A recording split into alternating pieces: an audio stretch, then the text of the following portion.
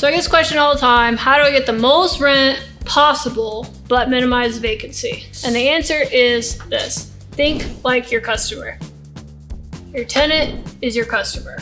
You have to get into their brain and figure out what they're looking for. Most people are gonna say, okay, you go to start with your comparative rent analysis. Obviously, right? We have to figure out what to market the rent at, but you can use products like Rent-O-Meter to get a general idea of like where the price should be. But there's really no shortcut to this, okay? The best way to gauge the market is actually get into the mindset of your customer, go online and start shopping just like they would. So when you do this, you will quickly realize that they are running a comparative rent analysis themselves and has very little to do with numbers and spreadsheets like most investors are used to using, okay? What your customer is doing is they're actually comparing different property types, different parts of the city, neighborhoods, parking, outdoor space, square footage, modern upgrades, everything. They're considering all of their options. Okay, so for example, if they have a budget of $3,000 per month, they're looking at larger properties in West Seattle with parking and outdoor space. They're comparing that to downtown luxury condos with limited parking, smaller, but really nice amenities. Which do they actually prefer?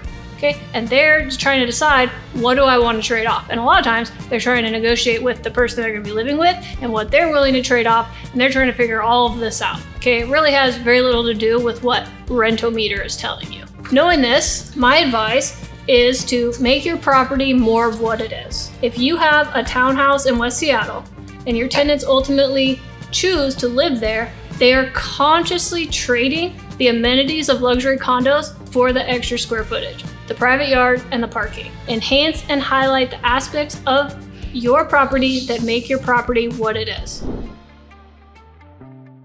So if you are making upgrades or improvements to your property, you want to lean into the natural strengths of your property. And again, think about what your tenants are trading off to live there. That will tell you what they value the most. So what will your tenants notice during a showing and what will actually make their daily life better? First of all, flooring. Luxury vinyl plank is an obvious upgrade in almost every situation. It looks modern, it's easy to clean, it holds up over time. If you don't have LVP flooring, you're doing it wrong, okay? Nobody wants carpet.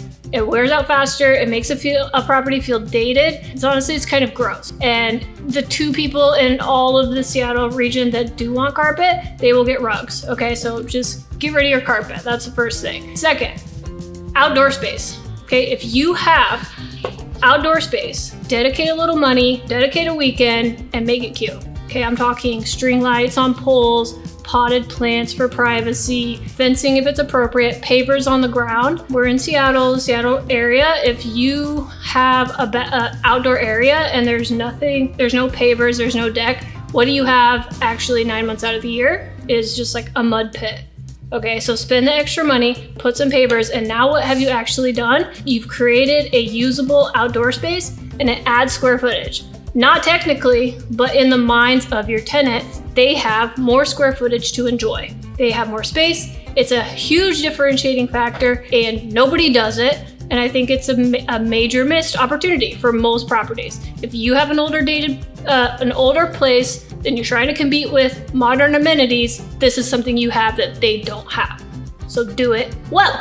And then finally is just simple modern finishes, okay? Fresh paint, good lighting, updating plumbing fixtures go a long way with a dated property is competing with a luxury unit. Essentially what we're doing is we're making it easier for your prospective tenants to make the trade-off to choose your property over downtown luxury. If you have a downtown luxury unit and you're trying to rent that out for a top dollar with the least amount of vacancy, you want to lean into the aspects of what makes your property better than the alternative. Very competitive business we're in. Clean and modern, that's what we're going for. That's why we live downtown. You have high competition and you will not get away with outdated paint or outdated fixtures. Absolutely not. But the biggest issue in downtown, everybody knows, is parking.